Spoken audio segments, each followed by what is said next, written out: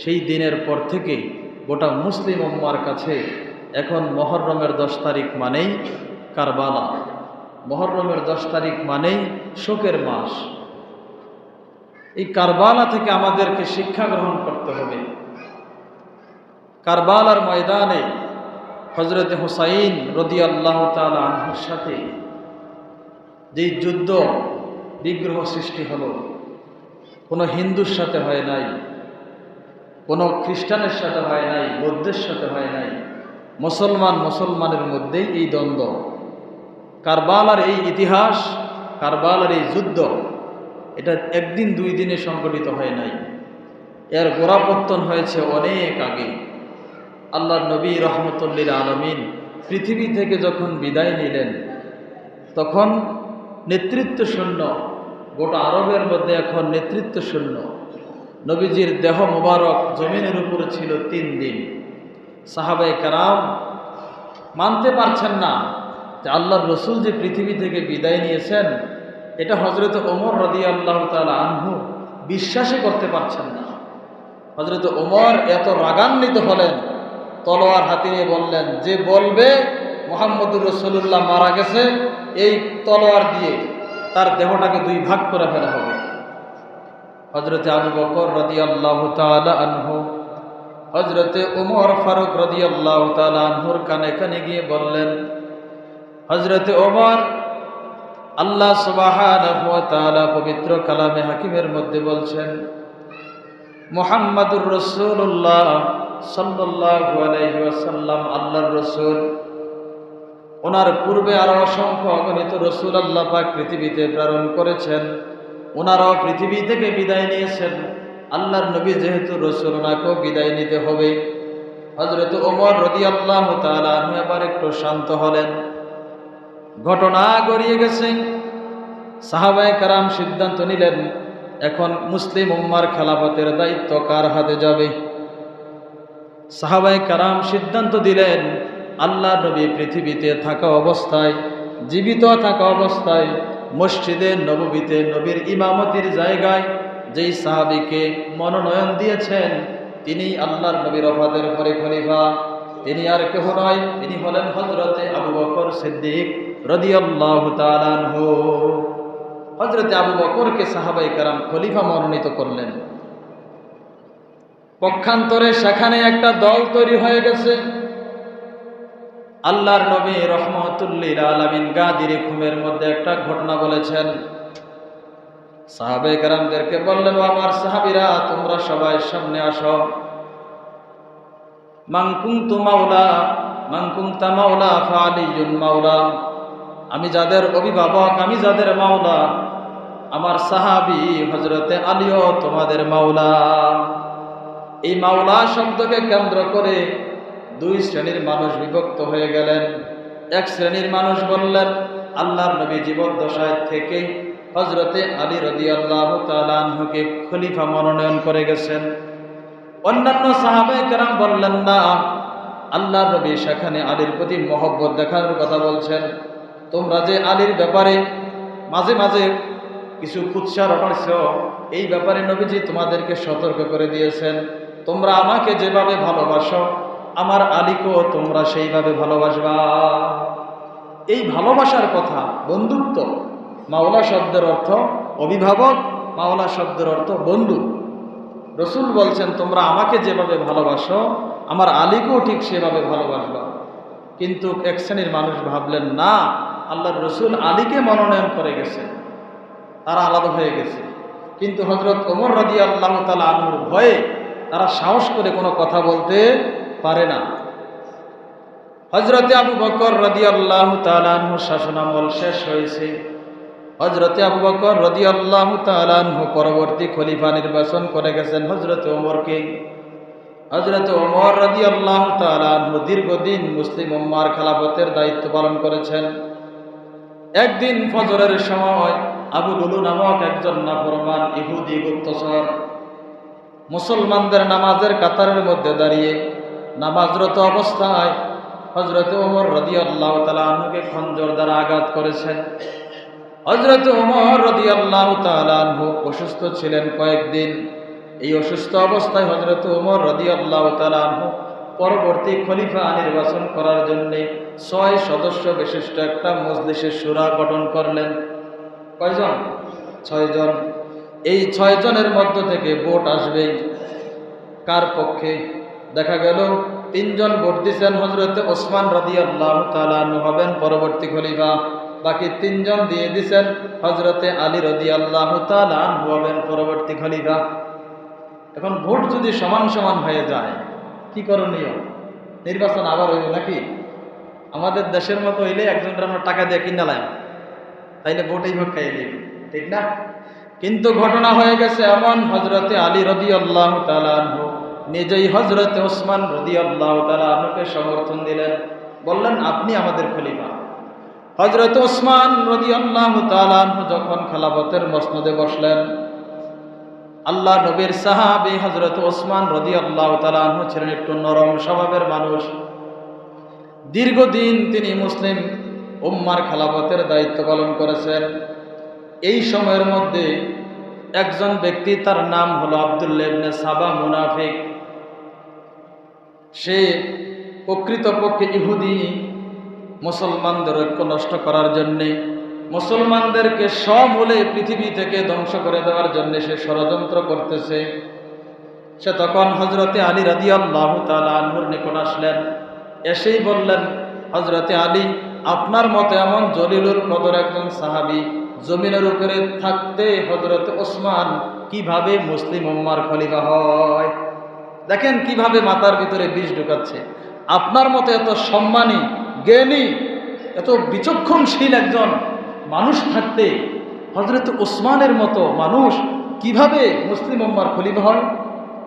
হযরতে আলী রাদিয়াল্লাহু তাআলা আনহু বুঝে ফেললেন, কারণ হযরতে আলীর জ্ঞানের ব্যাপারে নবীজি বলেছেন, আনা মাদিনাতুল ইলম ওয়া আলিয়্যু বাবুহা, আমি যে ইলমের শহর, সেই শহরের দরজা হলো আমার সাহাবী হযরতে আলী। আলী রাদিয়াল্লাহু তাআলা আনহু বুঝলেন যে ওসমানের ব্যাপারে যে ব্যক্তি এইভাবে উৎসাহ রটাইতে পারে সে কোনোদিন মুসলমান হতে পারে না, নিশ্চিত সে মুনাফিক।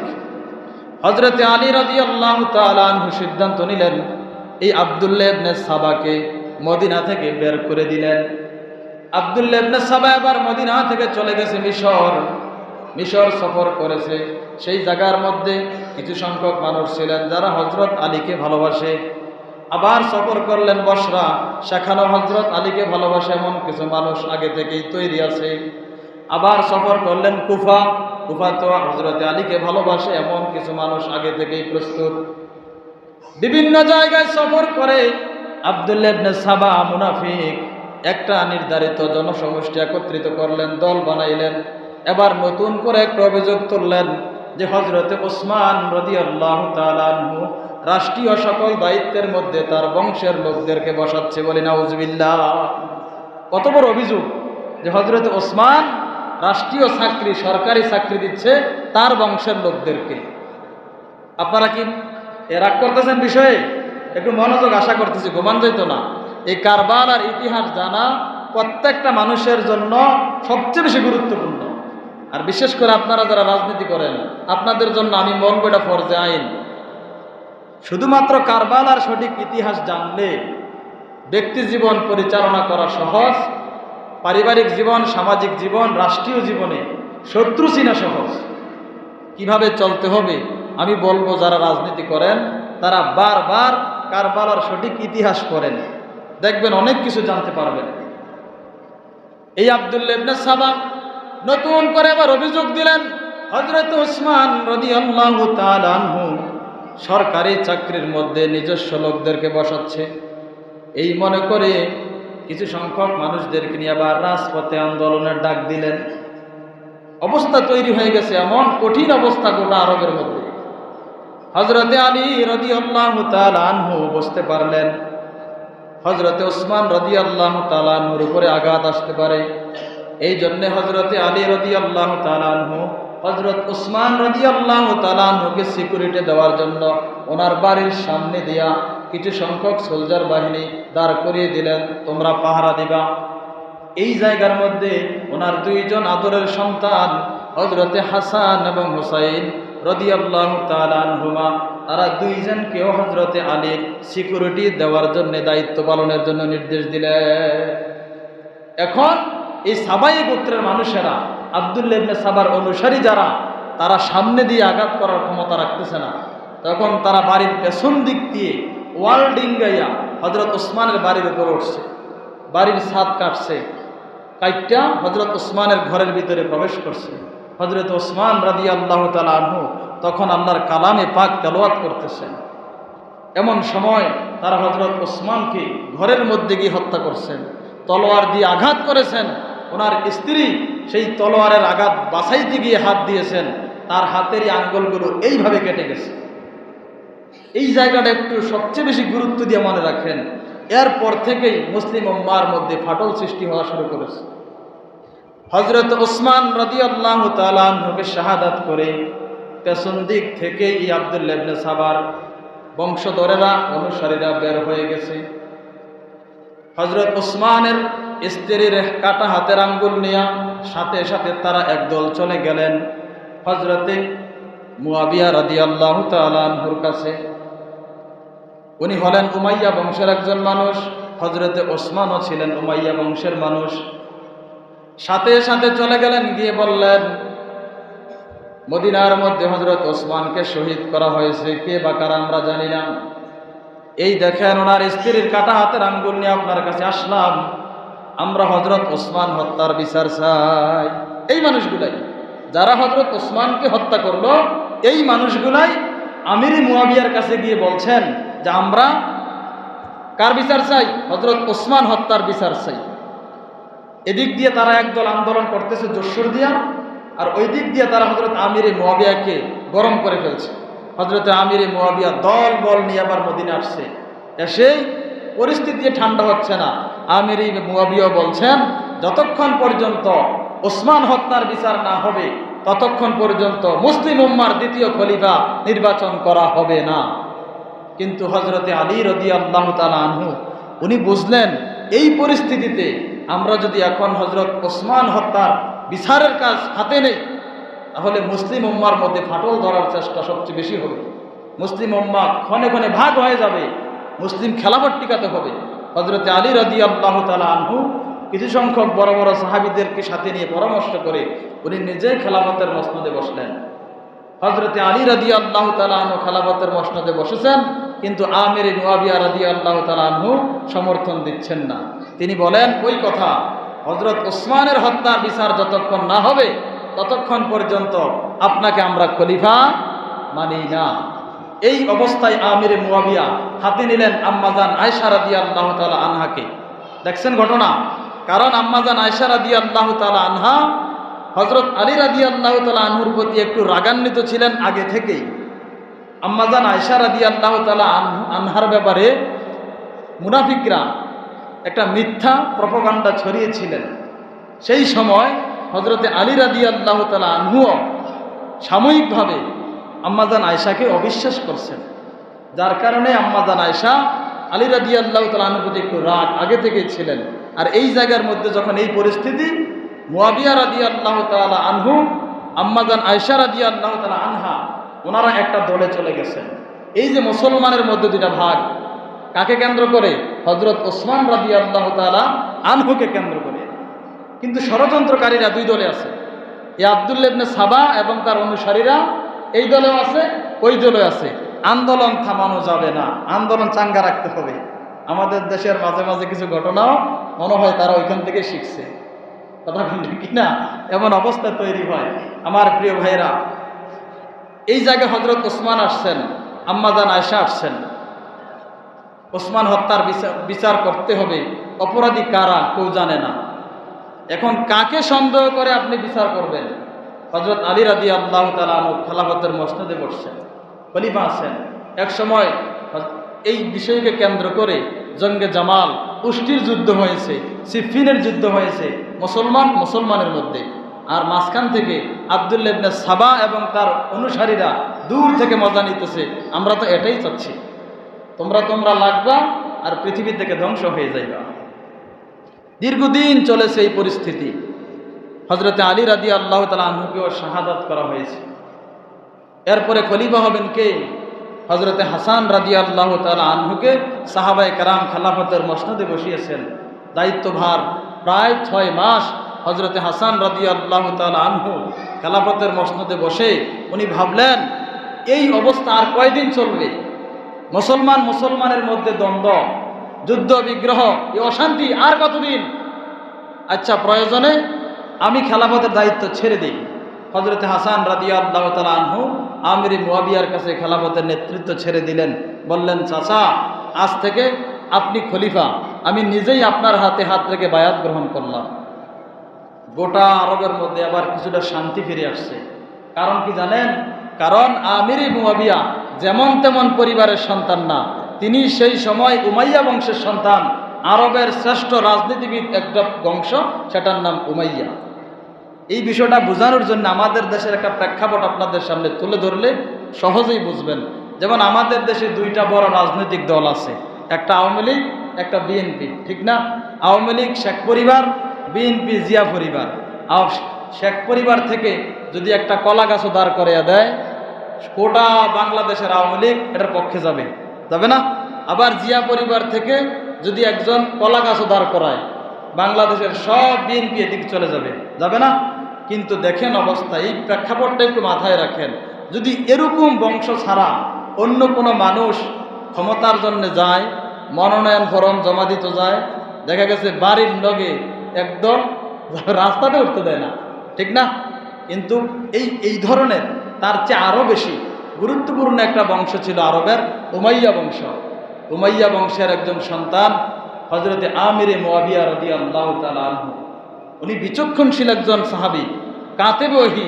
আল্লাহর রসুলের কাছে যে কোরআন নাজিল হতো, এই কোরআন যে সাহাবায়ে কেরাম লিখতেন, এদের মধ্যে উনি একজন অন্যতম সাহাবী।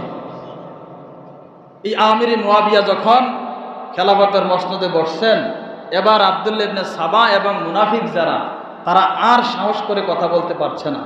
এক পারে না এই হযরত ওমরের কারণে, এখন ঠান্ডা হয়েছে আমিরে মুয়াবিয়ার কারণে। কিন্তু তাদের ভিতরে তাদের যে ষড়যন্ত্র, এই ষড়যন্ত্র তারা চালিয়ে যাচ্ছে, প্রকাশ্যে না, গোপনে, গুপ্তভাবে।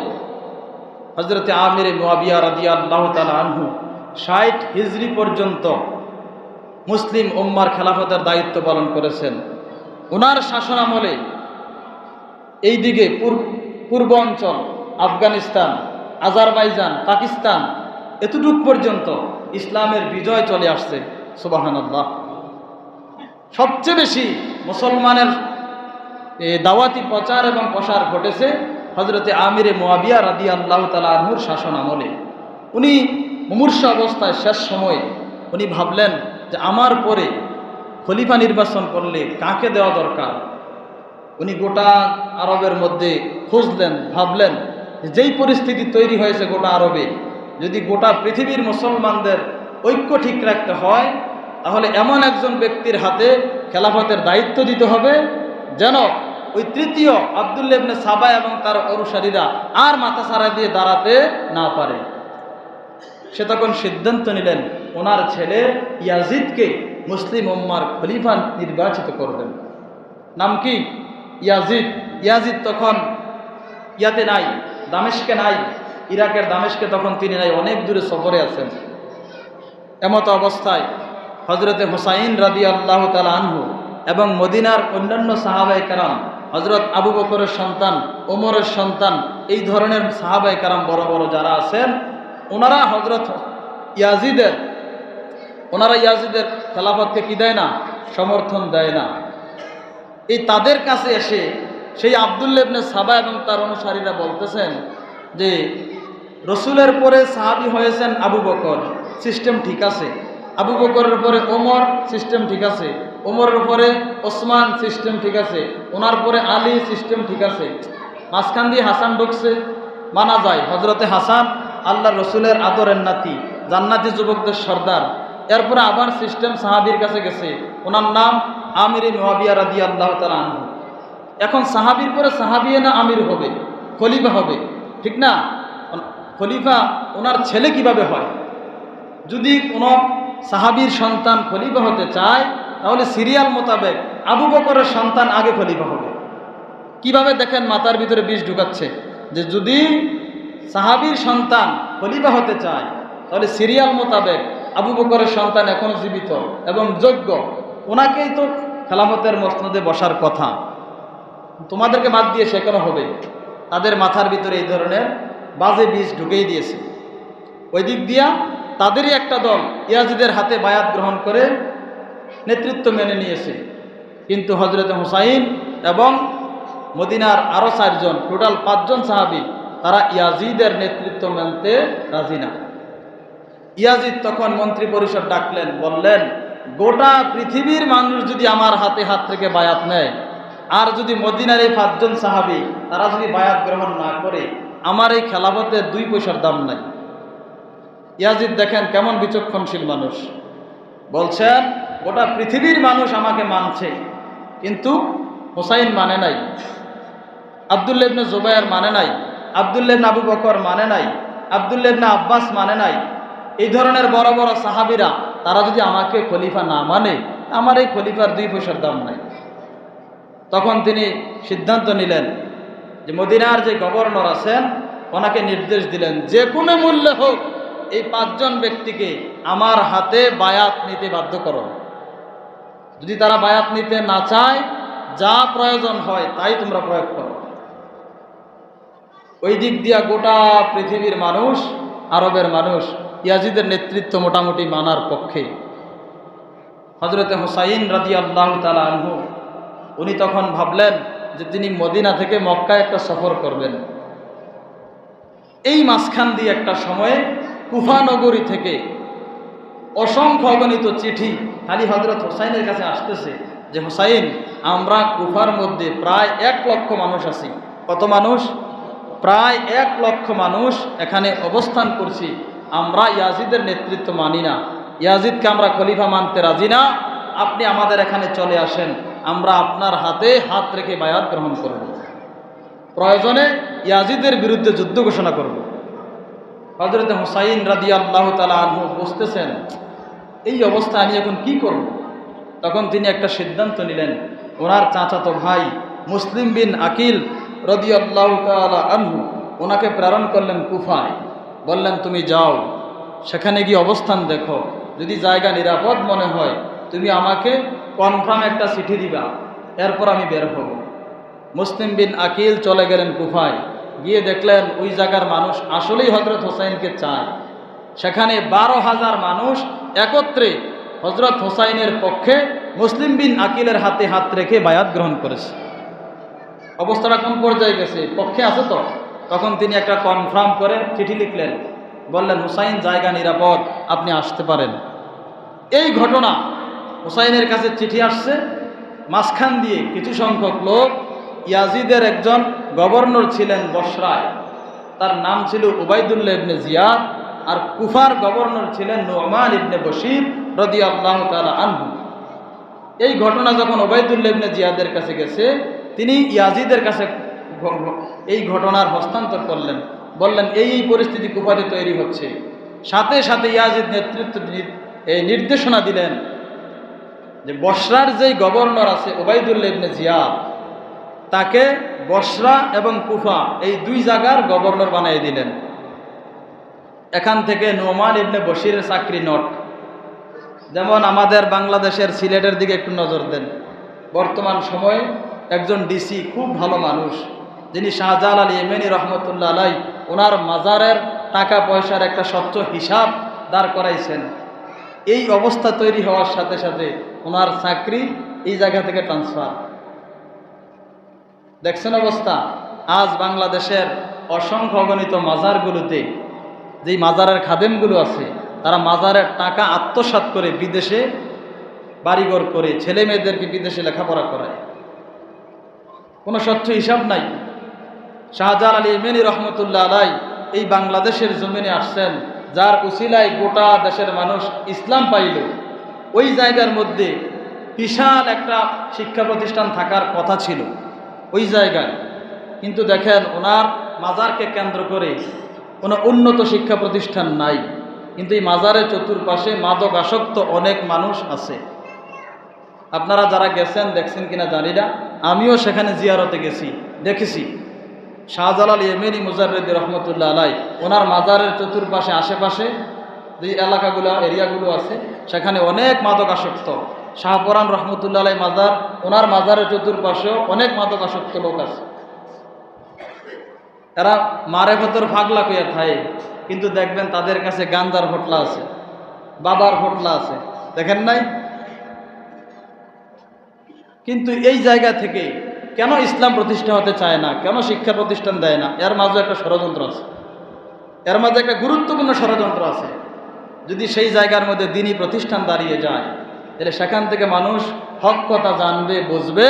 আর হক কথা জানলে বুঝলে আমাদের দেশের যে আউল বাউল ফাউলরা এই মাজারের পক্ষে গিয়ে কথা বলে, টাকার পক্ষে কথা বলে, মাজারের এই ভণ্ড খাদেমদের পক্ষে কথা বলে, তাদের ফ্যাট নষ্ট হয়ে যাবে, তাদের হালুয়া রুটি বন্ধ হয়ে যাবে। এই জন্য তারা উদ্দেশ্য প্রণোদিতভাবেই আহলে হক আলেমদের বিরোধিতা করে, আহলে সুন্নাত ওয়াল জামাতের নাম বেছে আর সম্পূর্ণ সুন্নাহ বিরোধী কাজের সাথে লিপ্ত থাকে। এই ষড়যন্ত্র এখনো চলছে।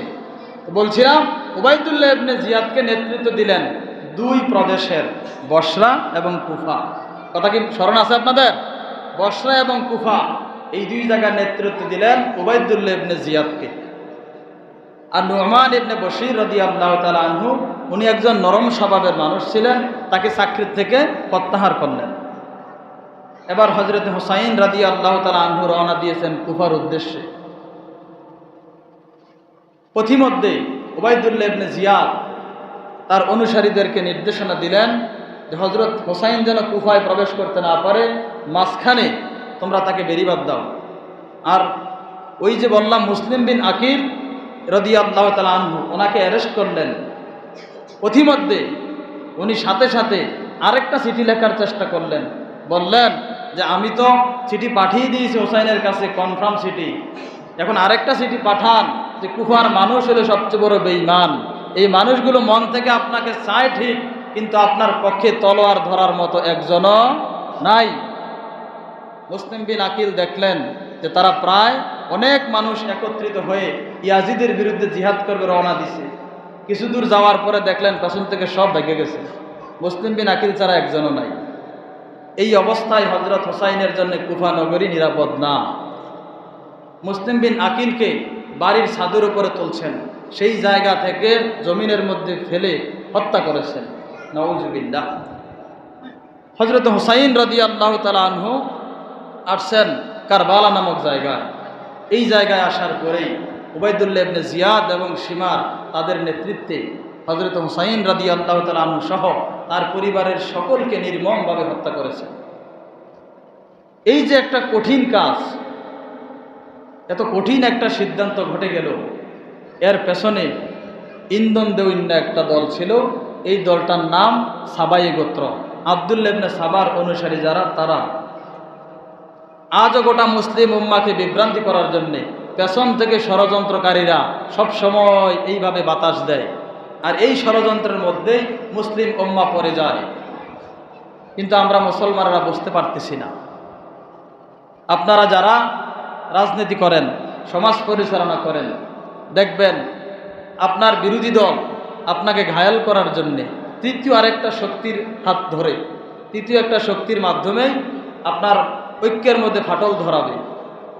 এই জন্য আমি আপনাদেরকে উদারত আহ্বান রাখবো যে কারবালা সম্পর্কে জানেন, পড়েন, বারবার পড়েন, দেখবেন অনেক কিছু জানবেন।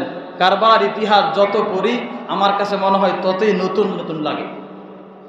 এই ঘটনা গোটা পৃথিবীর জিও পলিটিক্সের সাথে কেমন জানি একটা অঙ্গাঙ্গিভাবে জড়িত হয়ে আছে। কারবালার ইতিহাস পড়লে মনে হয় নতুনত্ব পাচ্ছি, আর এই ঘটনার সাথে যে এই দেশের এটার মিল হয়, ওই দেশের একটা মিল হয়। এই জন্য আমি বলবো আপনাদের কাছে যে আজ এই মুসলিম উম্মাহ হযরত হুসাইন রাদিয়াল্লাহু তাআলা আনহুর কারবালা থেকে কি শিক্ষা নিলেন? হযরত হুসাইন রাদিয়াল্লাহু তাআলা আনহুকে সেখানে বললেন যে আপনি কি করবেন? বায়াত গ্রহণ করেন ইয়াজিদের হাতে। উনি বলছেন না, ইয়াজিদের হাতে আমি বায়াত গ্রহণ করতে রাজি না, তাইলে যুদ্ধ শুরু হয়ে যাবে। হযরত হুসাইন বললেন, একটা প্রস্তাবনা দিই তোমাদের কাছে, আমাকে ইয়াজিদের দরবারে নেওয়ার একটা ব্যবস্থা করো, আমি ইয়াজিদের সাথে সংলাপ করতে চাই। তারা বলছে আগে বায়াত গ্রহণ করেন পরে সংলাপ। হুসাইন বলছেন যে না, আমি ইয়াজিদের হাতে বায়াত নিতে পারবো না। কারণ ইয়াজিদের যে চরিত্র, ইয়াজিদ মদ পান করাকে বৈধ মনে করত, গান বাদ্য বাজনা নারীদেরকে নিয়ে বেহায়াপনার জীবন পরিচালনা করত। এই ধরনের মানুষের হাতে কখনো বায়াত গ্রহণ করা যায় না। কিন্তু পরিতাপের বিষয় হলো এই, আমাদের দেশের অনেক আলেম ওলামা তারা ইয়াজিদকে হযরত ইয়াজিদ রহমতুল্লাহ আলাইহি বলে। নাউজুবিল্লাহটা আস্তে কইয়েন না, গুণ হইব নাউজুবিল্লাহ কইলে নাকি? জোরে বলেন নাউজুবিল্লাহ। আমি ভেবে পাই না যে যেই মৌলবীগুলা বলে যে ইয়াজিদকে কাফের বলা যাবে না, ইয়াজিদ মুসলমান ছিল, ইয়াজিদ হাফেজে কোরআন ছিল, ইয়াজিদ তাহাজ্জুদ গুজার ছিল, এই মানুষগুলার কাছে আমার একটা প্রশ্ন, সে তার ছেলের নাম নাতিভতির নাম ইয়াজিদ রাখলে তো পারে, কি কোন আপনারা পারে না? কিন্তু আপনি গোটা দুনিয়াটা একটা সফর দেন, একটা হিন্দু বৌদ্ধ খ্রিস্টান তারাও তাদের সন্তানের নাম ইয়াজিদ রাখে না। আর আপনি মুসলমান হয়ে কিভাবে বলেন যে ইয়াজিদ রহমতুল্লাহ আলাইহি, ইয়াজিদ হাফেজে কোরআন ছিল, এই সেই। এখন প্রশ্ন দাঁড়াতে পারে, ইয়াজিদ এত খারাপ মানুষ জেনে বুঝে হযরতে আমিরে মুয়াবিয়া রাদিয়াল্লাহু তাআলা আনহু এমন একটা খারাপ মানুষের হাতে খেলাফতের নেতৃত্বটা কেন দিলেন? প্রশ্ন আসতে পারে না যে আমিরে মুয়াবিয়া তো অনেক দামি সাহাবী, তাহলে এমন খারাপ মানুষের হাতে নেতৃত্ব কেন দিলেন? মূল কথা হচ্ছে ইয়াজিদ শুরুতে এত খারাপ ছিল না। ইয়াজিদ শুরুতে ঠিকই 30 পারা কোরআনের হাফেজ ছিল। ইয়াজিদ ঠিকই শুরুতে পাঞ্জেগানা নামাজের ইমামতি করত। ইয়াজিদ শুরুতে ঠিকই ভালো মানুষ ছিল। এই গুণগুলো দেখেই আমিরে মুয়াবিয়া তার হাতে কি দিলেন? নেতৃত্বের চাবিকাঠি তুলে দিলেন। কিন্তু পরবর্তীতে এই ইয়াজিদ তার মনের ভিতরে আরেক জিনিস লালন করে রাখছে। সে হযরত হুসাইন রাদিয়াল্লাহু তাআলা আনহুর মাথা মুবারক দেখার পরে হাতের ছড়ি দিয়ে এইভাবে আঘাত করে করে বলে, হুসাইন দেখো, এ মুহাম্মদ দেখো, আমার বাপ দাদার পূর্বপুরুষের হত্যার আজকে প্রতিশোধ নিলাম। তোমরা যে বদরের প্রান্তরে আমার বংশের লোকদেরকে কচু কাটা করছো, আজকে তার প্রতিশোধ নিলাম। বলেন, যেই নাফরমান ইয়াজিদ এই ধরনের কথা বলতে পারে, সে কোনোদিন মুসলমান হতে পারে? ইয়াজিদ শুধু তাই নয়, মসজিদের নববীতে আঘাত করেছে, হামলা চালিয়েছে। যেই মানুষ নবীর রওজায় মসজিদের নববীতে হামলা চালাতে পারে, এটা কি কোনো মুসলমানের কাজ হতে পারে? মক্কাতুল মুকাররমা, বাইতুল্লাহ, পবিত্র জায়গা, মসজিদে হারাম, যেখানে একটা মাছি মশা পর্যন্ত মারা যায় না, সেই জায়গা পর্যন্ত ইয়াজিদ তার নেতৃত্বে সেই জায়গার মধ্যে হামলা চালিয়েছে, সেখানে মানুষকে হত্যা করা হয়েছে। মানুষগুলো বাঁচার জন্যে পবিত্র কাবার ভিতরে অনেক মানুষ ঢুকছে, তারা সেই কাবার উপরে পর্যন্ত হামলা করেছে। যেই মানুষ এত ভয়ঙ্কর কাজের সাথে লিপ্ত, এই মানুষকে যারা মুসলমান বলে, আমার তো মনে হয় তারা ইয়াজিদের ওয়ারিস আর কিচ্ছু না। আমার প্রিয় ভাইয়েরা, এই সহজ একটা কথা, ইয়াজিদ নামটা এতটাই ঘৃণিত, গোটা পৃথিবীর কোনো খারাপ মানুষও তার সন্তানের নাম ইয়াজিদ রাখে না। সীমার নাম এতটাই ঘৃণিত যে গোটা পৃথিবীর কোনো মানুষ তার ছেলে সন্তানের নাম সীমার রাখে না। এই ধরনের মানুষের পক্ষে যারা কথা বলে, তাদের ব্যাপারে আমরা আর কি বলবো? আল্লাহ তাদেরকে হেদায়েত দান করুক, সকলে পড়েন আমিন।